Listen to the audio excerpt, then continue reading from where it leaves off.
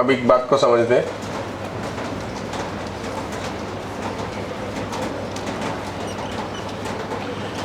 ये एक मेटल है, इसका वर्क फंक्शन कुछ है, इस पे एक लाइट आया जिसकी एनर्जी वर्क फंक्शन से ज़्यादा है, तो यहाँ से एक इलेक्ट्रॉन निकलेगा। अगर ऐसे 3 फोटोन आए तो 3 इलेक्ट्रॉन निकलेगा। जैसे जैसे नंबर ऑफ फोटोन बढ़ता जाएगा वैसे वैसे नंबर ऑफ इलेक्ट्रॉन बढ़ते जाएंगे। नंबर ऑफ फोटोन बढ़ने का मतलब हुआ इंटेंसिटी का बढ़ना, इंटेंसिटी का बढ़ना। सभी फोटोन जो आ रहे हैं उसकी एनर्जी सेम है, तो सभी इलेक्ट्रॉन जो यहाँ से निकलेगा उसकी काइनेटिक एनर्जी और स्टॉपिंग वोल्टेज सेम रहेगा, दोनों सेम रहेगा। बस 3 फोटोन आए तो 3 इलेक्ट्रॉन निकलेगा, 4 आएगा तो 4, 10 आएंगे तो 10। और यहाँ जितने इलेक्ट्रॉन निकलेंगे, इलेक्ट्रॉन का फ्लो होगा, तो एक इलेक्ट्रॉन का फ्लो मतलब चार्ज का फ्लो मतलब करंट। तो जितने ज़्यादा चार्ज का फ्लो होंगे उतना ज़्यादा करंट जनरेट होगा। इसका मतलब ये हुआ कि इंटेंसिटी जो है वो करंट से रिलेटेड है, बट इंटेंसिटी के बढ़ने से, जैसे 3 के बदले 5 फोटोन आ जाए या 10 आ जाए या 15 आ जाए, इंटेंसिटी के बढ़ने से निकलने वाले इलेक्ट्रॉन की काइनेटिक एनर्जी पे कोई फर्क नहीं पड़ेगा। निकलने वाले काइनेटिक एनर्जी और स्टॉपिंग पोटेंशियल पे फर्क तभी पड़ेगा जब आने वाले फोटोन की एनर्जी चेंज हो। आने वाले फोटोन की फ्रीक्वेंसी जब चेंज हो तो निकलने वाले इलेक्ट्रॉन की काइनेटिक एनर्जी और स्टॉपिंग पोटेंशियल पे फर्क पड़ेगा। जब तक आने वाले फोटोन की एनर्जी सेम रहेगी तब तक उसके नंबर्स को बढ़ाने से नंबर्स ऑफ इलेक्ट्रॉन्स बढ़ने वाला है, और जब नंबर ऑफ इलेक्ट्रॉन्स बढ़ेगा तो करंट की वैल्यू बढ़ जाएगी। इसका मतलब जैसे जैसे इंटेंसिटी बढ़ाएंगे वैसे वैसे करंट बढ़ेगा, तो इंटेंसिटी डायरेक्टली प्रोपोर्शनल टू हो जाएगा करंट। ठीक है, इंटेंसिटी डायरेक्टली प्रोपोर्शनल टू क्या हो जाएगा, करंट। लेकिन इंटेंसिटी के बढ़ने से हम लोगों ने आने वाले फोटोन की एनर्जी को कुछ बदलने है। इंटेंसिटी का मतलब हुआ number of photon per unit time जो मेटल टारगेट पे हिट हो रहा है, उसे कह रहे हैं हम यहाँ इंटेंसिटी। तो जो number of photon per unit time पे मेटल टारगेट पे हिट हो रहा है उसके नंबर्स बढ़ाने से किसी भी तरीके से काइनेटिक एनर्जी और स्टॉपिंग वोल्टेज के अमाउंट पे फर्क नहीं पड़ेगा, क्योंकि वो एनर्जी कंजर्वेशन से डायरेक्टली रिलेटेड है आने वाले फोटोन की एनर्जी से। आने वाले फोटोन की एनर्जी जब तक कि हम चेंज नहीं करेंगे तब तक काइनेटिक एनर्जी और स्टॉपिंग वोल्टेज चेंज नहीं होगा। अगली बार ऐसा करेंगे कि हमने 2 फोटोन दे रहे हैं मेटल टारगेट पे और दोनों की एनर्जी पहले जितनी थी अब वहाँ से बढ़ाएंगे, तो यहाँ से निकलने वाला इलेक्ट्रॉन 2 ही रहेगा। ये जो एनर्जी हम बढ़ा रहे हैं वो ग्रेटर देन वर्क फंक्शन ऐसा जो है हम मान के चल रहे हैं, तभी इलेक्ट्रॉन का इजेक्शन होगा। अगर आने वाला फोटोन में से किसी भी फोटोन की एनर्जी वर्क फंक्शन से कम रहेगी तो वो इलेक्ट्रॉन निकाल पाने में सक्षम नहीं रहेगा। तो अगर 2 फोटोन आया है तो 2 इलेक्ट्रॉन निकलेगा। यहाँ पर नंबर ऑफ फोटोन फिक्स है तो यहाँ पर नंबर ऑफ इलेक्ट्रॉन भी फिक्स हो जाएगा, मतलब करंट की वैल्यू फिक्स हो जाएगी। बस ये एनर्जी को बढ़ाने से, जैसे जैसे हम एनर्जी बढ़ाएंगे वैसे वैसे यहाँ की काइनेटिक एनर्जी और स्टॉपिंग वोल्टेज बढ़ जाएगा, चेंज हो जाएगा। मान लें एग्जाम्पल के रूप में अगर ये 2 इलेक्ट्रॉन वोल्ट है और ये 3 इलेक्ट्रॉन वोल्ट है तो काइनेटिक एनर्जी 1 इलेक्ट्रॉन वोल्ट का हो जाएगा। अगर ये 3 से बढ़ा के 4 कर देंगे तो काइनेटिक एनर्जी 2 इलेक्ट्रॉन वोल्ट का हो जाएगा। इसको बढ़ा के 5 कर देंगे तो ये 3 इलेक्ट्रॉन वोल्ट का हो जाएगा। मतलब जैसे जैसे अपन इसको बढ़ाएंगे वैसे वैसे ये बढ़ेगा। बट इसमें डायरेक्टली प्रोपोर्शनल का रिलेशन नहीं होता। क्योंकि इसमें डायरेक्टली प्रोपोर्शनल का रिलेशन क्यों नहीं होता? क्योंकि इस एनर्जी में से इस एनर्जी को माइनस होता है। मतलब स्ट्रेट लाइन कर्व बनेगा बट रिलेशन डायरेक्टली प्रोपोर्शनल का नहीं होने वाला है। y equal to mx plus c का कॉन्सेप्ट लगने वाला है। वहाँ पर c जो है वो ये टर्म आने वाला है, वर्क फंक्शन आने वाला है। तो इसलिए यहाँ पर हम स्ट्रेट लाइन में डायरेक्टली प्रोपोर्शनल, जैसे ओरिजिन से निकलने वाली ग्राफ है वैसा नहीं बनेगा। जैसा यहाँ पर हमने बोले इंटेंसिटी जो है वो प्रोपोर्शनल टू करंट है, वैसे यहाँ पर ये नहीं बोल सकते energy proportional to kinetic energy या एनर्जी प्रोपोर्शनल टू वोल्टेज। ये बात यहाँ पर नहीं बोल सकते। बस इतना बोल सकते कि एनर्जी बढ़ने से काइनेटिक एनर्जी बढ़ेगा, एनर्जी के कम होने से काइनेटिक एनर्जी कम होगा। ये 2 बातें समझ में आ गया। ये जो निकलने वाले करंट है, तो जब हम लोग उस इलेक्ट्रॉन को एक्सेलरेट करते हैं तो इस करंट की जो मैक्सिमम वैल्यू होती है, जितनी की पॉसिबल हो सकती है, उसको जब वो अचीव कर लेगा तो उसे कहते हैं हम लोग क्या, सैचुरेशन करंट। तो जैसे जैसे करंट की वैल्यू मतलब अपने मैक्सिमम की तरफ पहुंच जाएगी, एक टाइम के बाद जब उसकी वैल्यू मैक्सिमम हो जाएगी, अब वो चेंज नहीं हो रहा है, तो उस सिनेरियो को कहते हैं हम लोग सैचुरेशन करंट। तो ये 2-3 बात है जिसे थ्योरेटिकली लिखना है। लिखिए, intensity of photon, intensity of photon is directly proportional to photocurrent. Intensity of photon is directly proportional to photocurrent. Directly proportional to photocurrent.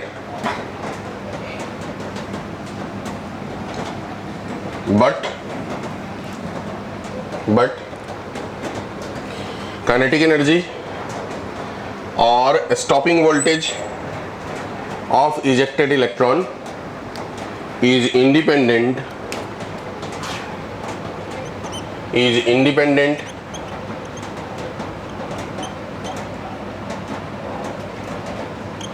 from intensity.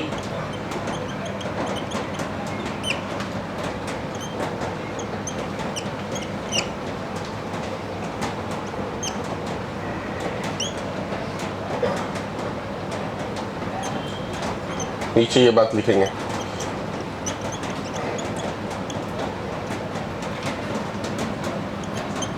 Photo current versus intensity का graph, ऐसा straight line हो। The frequency of incoming light, if the frequency of incoming light increases, if the frequency of incoming light increases, then the kinetic energy and stopping voltage of ejected electron increases, but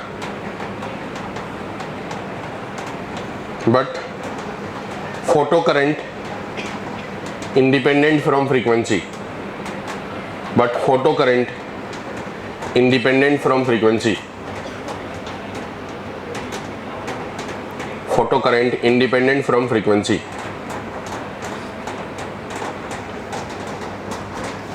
मतलब ये हुआ कि जब अगर frequency को हम लोग बढ़ाएंगे तो काइनेटिक एनर्जी भी बढ़ेगा और स्टॉपिंग पोटेंशियल भी बढ़ेगा, बट करंट जो है वो सेम रहेगा, इफ इंटेंसिटी सेम हो तो नीचे ये बात लिख लेंगे।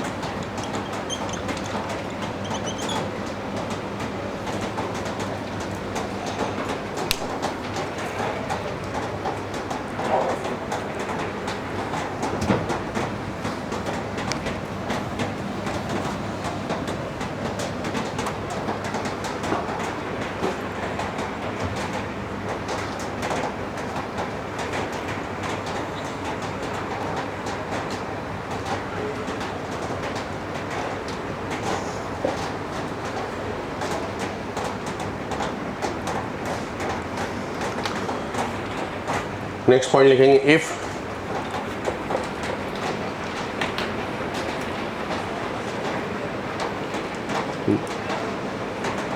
Electron ejected from metal surface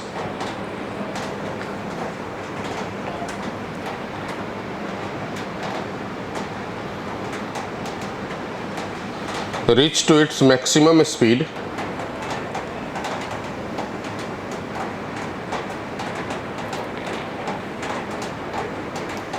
and maximum number,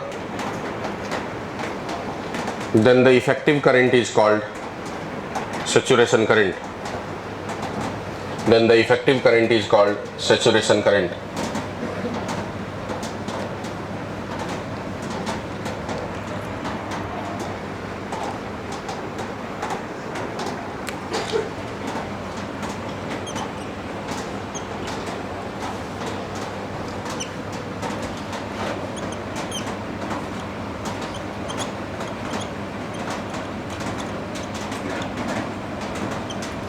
देखिए फोटो करंट वर्सेस फ्रीक्वेंसी की बात करते हैं। तो अगर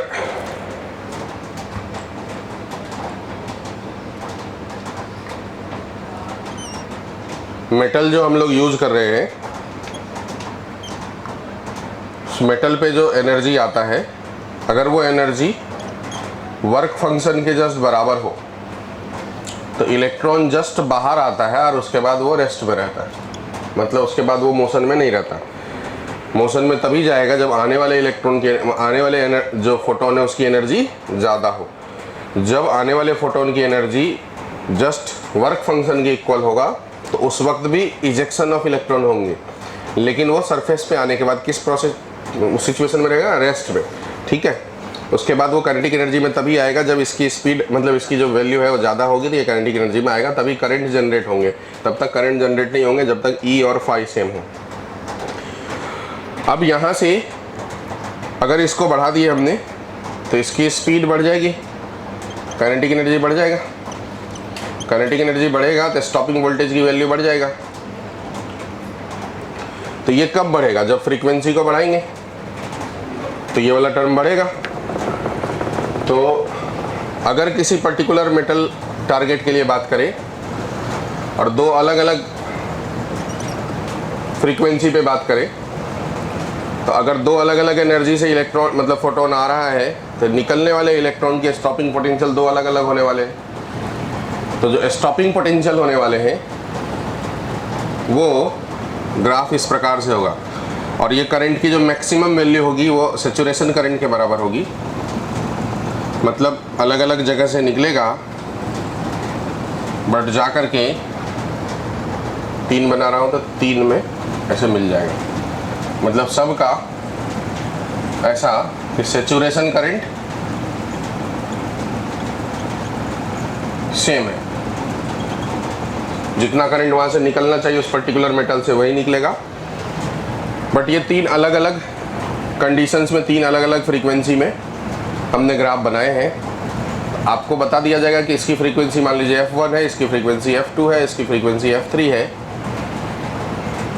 यहाँ पर फ्रीक्वेंसी में स्टॉपिंग वोल्टेज, स्टॉपिंग वोल्टेज।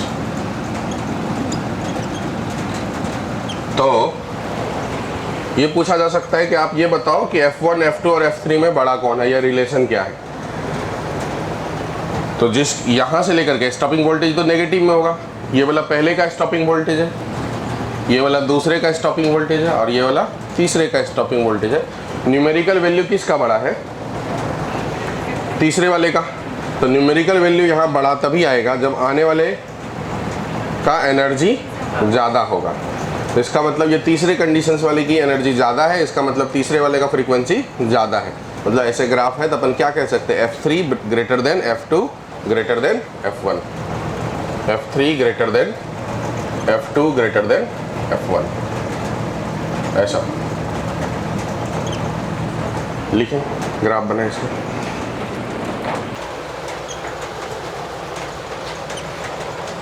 ये भी है स्टॉपिंग वोल्टेज,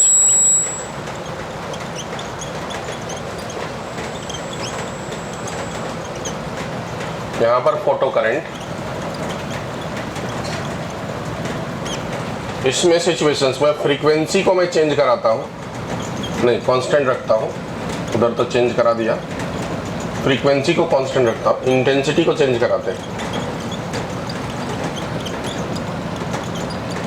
तो अगर आने वाले लाइट की फ्रीक्वेंसी कांस्टेंट है तो इसका मतलब आने वाले लाइट की एनर्जी सेम है, और अगर आने वाले लाइट की एनर्जी सेम है तो निकलने वाले इलेक्ट्रॉन का काइनेटिक एनर्जी और स्टॉपिंग वोल्टेज सेम है। तो ये ग्राफ एक ही जगह से निकलेगा।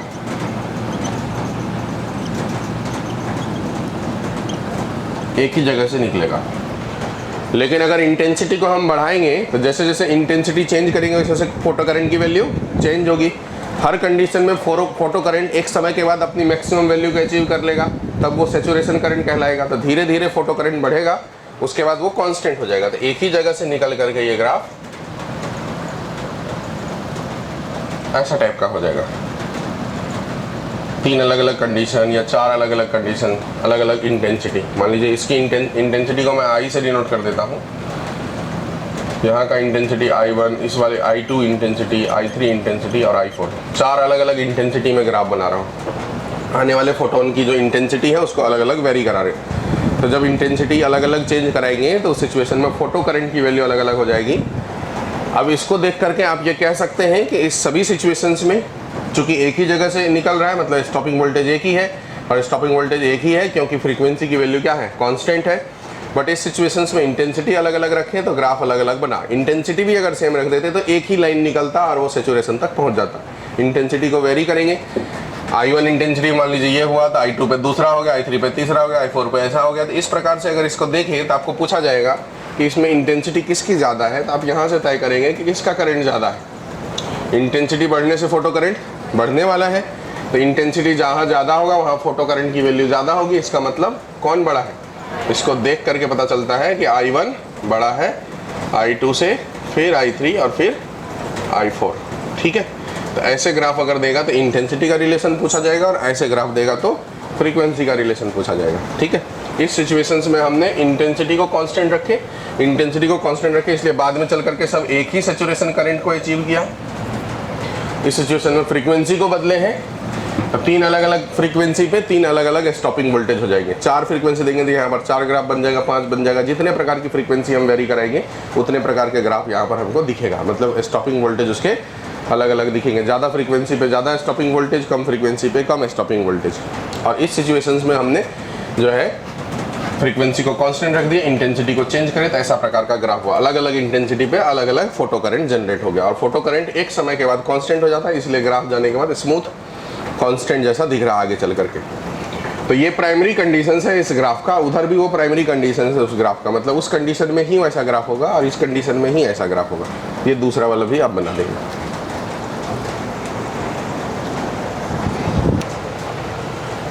अब देखिए, energy equal to work function plus kinetic energy maximum, ये है इक्वेशंस। अगर हम इसे H nu equal to work function बोले तो H nu not plus K max, तो न्यू इक्वल टू बात करेंगे तो वर्क फंक्शन प्लस, तो सॉरी स्टॉपिंग, ये frequency threshold frequency plus K max by H हो जाएगा। अगर मुझे फ्रीक्वेंसी वर्सेस काइनेटिक एनर्जी का ग्राफ बनाना होगा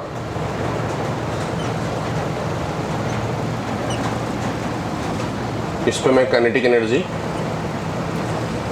और इधर मैं फ्रीक्वेंसी लिख रहा हूं।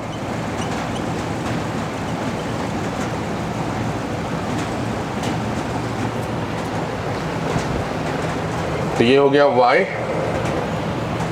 इक्वल टू, ये टर्म तो कांस्टेंट है, c प्लस एम एक्स, तो काइनेटिक एनर्जी, अच्छा उल्टा करना पड़ेगा क्योंकि y एक्सिस पे मैंने काइनेटिक एनर्जी लिया। तो उस ग्राफ को रीअरेंज करता हूँ। काइनेटिक एनर्जी बाय h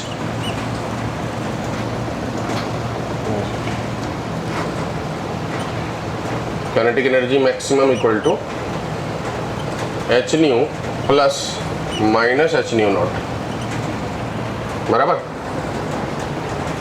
ये हो गया y, ये हो गया एम एक्स प्लस सी। तो अगर मैंने y एक्सिस पे काइनेटिक एनर्जी को रखा और x एक्सिस पे फ्रीक्वेंसी को रखा तो उस ग्राफ का जो स्लोप होगा वो हो जाएगा प्लैंक्स कांस्टेंट के बराबर। स्लोप जो है वो किसके बराबर, प्लैंक्स कांस्टेंट के बराबर। और जो इसका इंटरसेप्ट है इसे कहते हैं इंटरसेप्ट, ये नेगेटिव में है। तो नेगेटिव इंटरसेप्ट कहने का मतलब ओरिजिन से नीचे और पॉजिटिव इंटरसेप्ट कहने का मतलब ओरिजिन से ऊपर। तो इसका मतलब ये ग्राफ ओरिजिन से नीचे, मतलब इधर कहीं से शुरुआत होगी, ठीक है, इधर कहीं से शुरुआत होगी। और जो स्लोप है m वो है h प्लैंक्स कांस्टेंट, जो पॉजिटिव होता है कि नेगेटिव, पॉजिटिव। तो जो अगर स्लोप पॉजिटिव हो तो ऐसा ग्राफ बनेगा, और स्लोप नेगेटिव होता है तो ग्राफ ऐसा बनता है। तो स्लोप चूंकि पॉजिटिव है तो ऐसा ग्राफ बनेगा, यहाँ से ये ऐसे।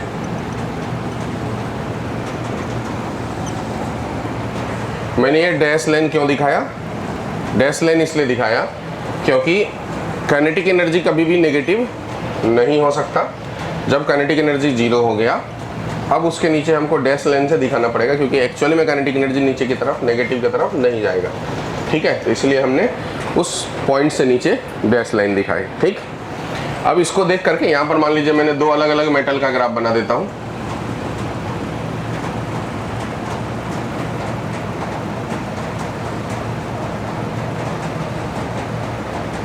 दो अलग अलग मेटल का ग्राफ बनाए, ये मेटल 1, ये मेटल 2। तो दोनों मेटल का जो ग्राफ है, मेटल सेम है तो वर्क फंक्शन सेम रहेगा, वर्क फंक्शन सेम रहेगा, सभी में स्लोप जो है वो यही रहने वाला है, इसलिए सभी ग्राफ पैरेलल होंगे। मतलब ये दोनों का स्लोप सेम होगा। इसका जो एंगल होगा, ये थीटा और ये थीटा लेते हैं तो यही वैल्यू tan थीटा के बराबर होगा। tan theta equal to Planck's constant.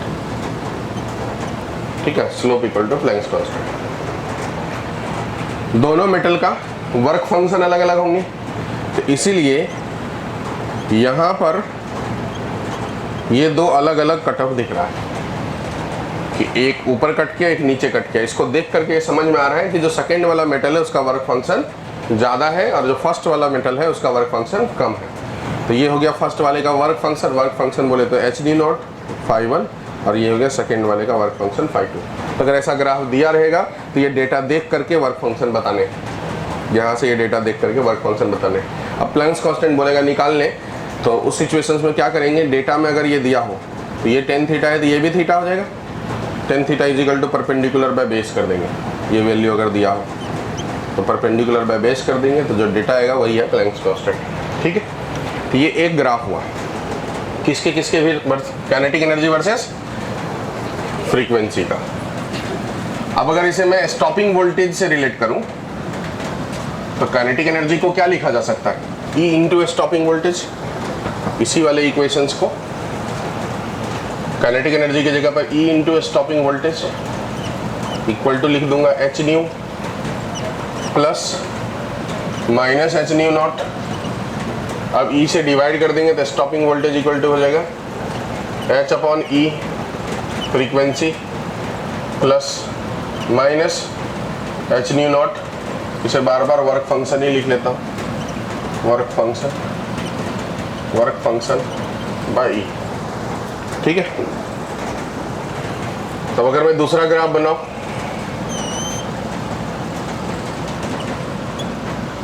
इधर स्टॉपिंग वोल्टेज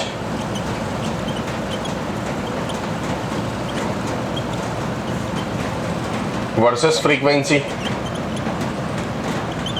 का ग्राफ बनाओ, तो इसमें भी देखिए इसके जगह y, इसके जगह x, ये हो गया m। तब यहाँ पर स्लोप क्या हो जाएगा, slope equal to h upon E। ये हो जाएगा tan थीटा की वैल्यू, और यहाँ पर जो इंटरसेप्ट है वो कितने हो जाएंगे, minus work function by E। ये हो गया इंटरसेप्ट। यहाँ भी वर्क जो है इंटरसेप्ट नेगेटिव है तो ग्राफ नीचे से शुरुआत होगा। अब स्टॉपिंग वोल्टेज नेगेटिव होता है इसीलिए वो नीचे से शुरुआत होगा। यहाँ पर डैश लाइन दिखाने की ज़रूरत नहीं है, ये लाइन को सीधे सीधे आगे लेके चलेंगे। ये मेटल 1 के लिए, और उसी तरीके से दूसरा मेटल हुआ तो ये मेटल 2 के लिए, कोई और मेटल होगा तो ये मेटल 3 के लिए। सभी एक दूसरे के पैरेलल रहेंगे, मतलब ये एंगल सब में सेम रहेगा, ऑल पैरेलल्स रहेंगे। अब ये जो टर्म है यहाँ पर, ये पहले वाले के हिसाब से वर्क फंक्शन बाय इलेक्ट्रॉन, ये दूसरे वाले के हिसाब से वर्क फंक्शन बाय इलेक्ट्रॉन, और ये तीसरे वाले के हिसाब से वर्क फंक्शन बाय इलेक्ट्रॉन। इसका मतलब ये हुआ, इसको देख करके भी अपन कह सकते हैं किसका वर्क फंक्शन ज़्यादा है, किसका वर्क फंक्शन कम है। सब में इलेक्ट्रॉन से डिवाइड करना है, इलेक्ट्रॉन तो सब में सेम होने वाला है, तो जिसका नंबर्स बड़ा दिखेगा इसका मतलब उसका वर्क फंक्शन बड़ा है। इसका मतलब यहाँ पर मेटल 3 का वर्क फंक्शन बड़ा है, फिर मेटल 2 का, और फिर मेटल 1 का। तो आपको ये दोनों ग्राफ समझ में आए। एक हमने बनाए काइनेटिक एनर्जी वर्सेस फ्रीक्वेंसी और दूसरा स्टॉपिंग वोल्टेज वर्सेस फ्रीक्वेंसी। तो बना देंगे ये ग्राफ।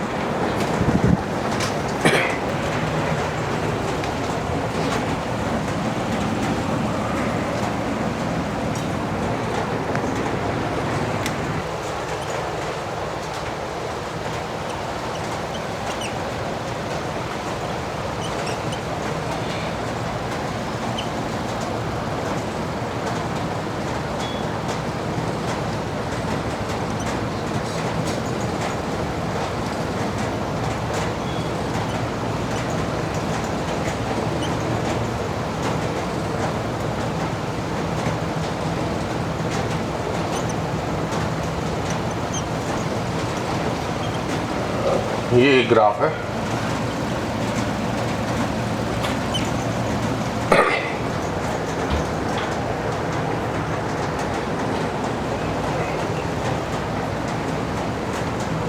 इसमें आपको स्टॉपिंग वोल्टेज बताने हैं।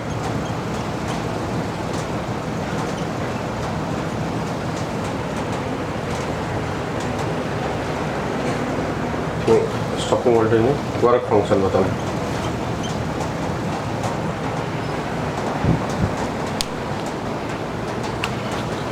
थ्रेशोल्ड वेवलेंथ भी बताना। इसका मतलब वर्क फंक्शन कितना हो गया 3 इलेक्ट्रॉन वोल्ट और ये थ्रेशोल्ड हो जाएंगे 1240/3 400 नैनोमीटर।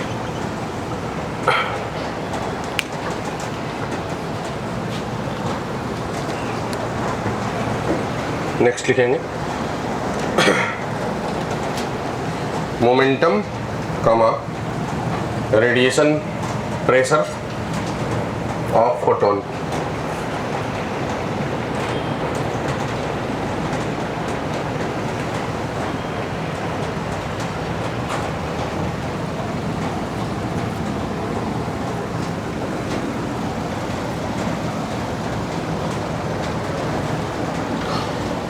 जो फोटोन होता है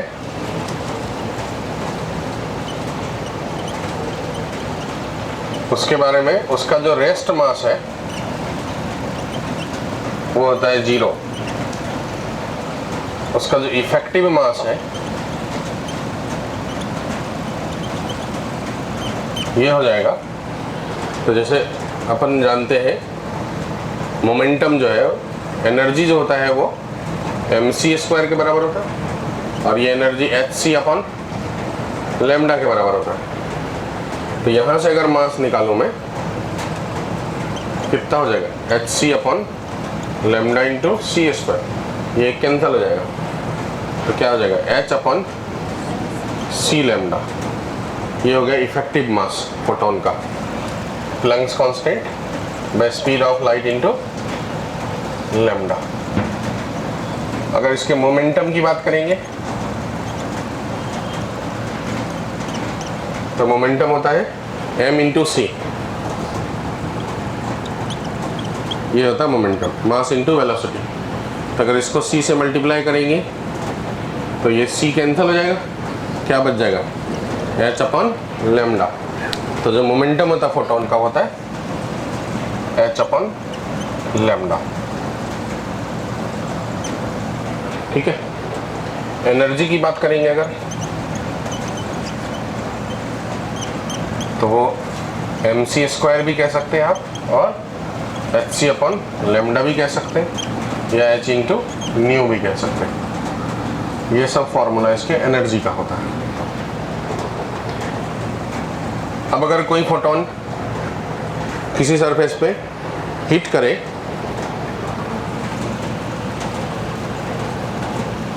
और वो सरफेस पे एब्जॉर्ब हो जाए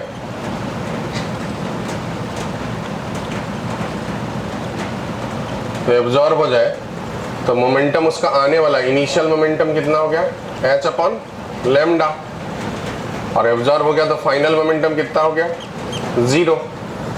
तो जो चेंज इन मोमेंटम होगा, चेंज इन मोमेंटम जिसे इम्पल्स भी कह सकते हैं, इम्पल्स भी कह सकते हैं, वो हो जाएगा h अपॉन लैम्डा। उस सिचुएशंस में अगर फोर्स की बात करेंगे तो न्यूटन्स लॉ के हिसाब से फोर्स हो जाएगा change in momentum upon time, मतलब h upon lambda into T. T वो टाइम है जितने देर में ये प्रोसेस हुआ है, यहाँ जितने देर में ये प्रोसेस हुआ है, ऑब्जर्व करने का जो प्रोसेस हुआ वो टाइम टी। अब अगर रेडिएशन प्रेशर की बात करें तो मैं ये आपको पहले ही बता चुका हूँ, रेडिएशन प्रेशर होने वाला है कितना, I upon C, intensity by speed of light, I by C. Radiation force की बात करेंगे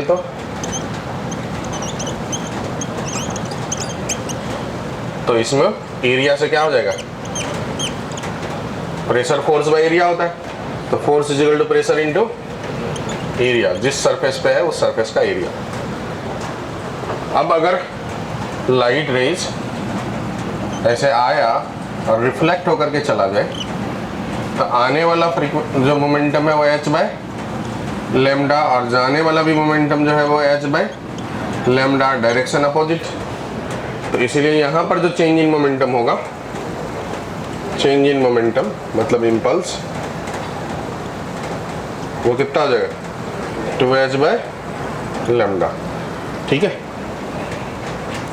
इसको h बाय लैम्डा को m इंटू सी भी कह सकते हैं, तो इसे m इंटू सी भी कह सकते हैं, इसे 2m इंटू सी भी कह सकते हैं। फोर्स की बात करेंगे तो change in momentum by time, यही हो गया 2h by lambda into T. Radiation pressure की बात करेंगे तो हो जाएगा 2I bye C. Radiation force की बात करेंगे, फोर्स की बात करेंगे तो हो जाएगा 2I बाय सी इंटू एरिया। ये 2I बाय सी इंटू एरिया और ये 2h बाय लैम्डा टी, ये दोनों सेम ही चीज, ये और ये दोनों सेम ही चीज, लिखने के बस अंदाज अलग अलग। ठीक है, लिख डालिए आप ये सब बातें। ये किसी भी प्रकार के ऑल EM वेव के लिए वैलिड है, ऑल EM वेव। गामा बोलेगा तो गामा, एक्स बोलेगा तो एक्स, यूवी बोलेगा तो यूवी, इंफ्रारेड बोलेगा तो इंफ्रारेड, सभी प्रकार के EM वेव के लिए वैलिड है। आता है ड्यूअल नेचर बोले तो रेडिएशन अपने पढ़े होंगे डी ब्रॉगली,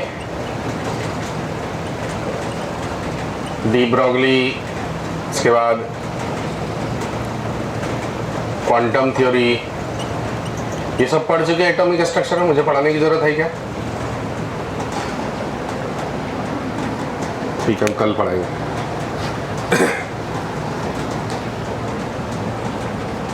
डी ब्रॉगली पढ़े होंगे ना, डी ब्रॉगली, मोमेंटम ऑफ ये जो है मैटर वेव।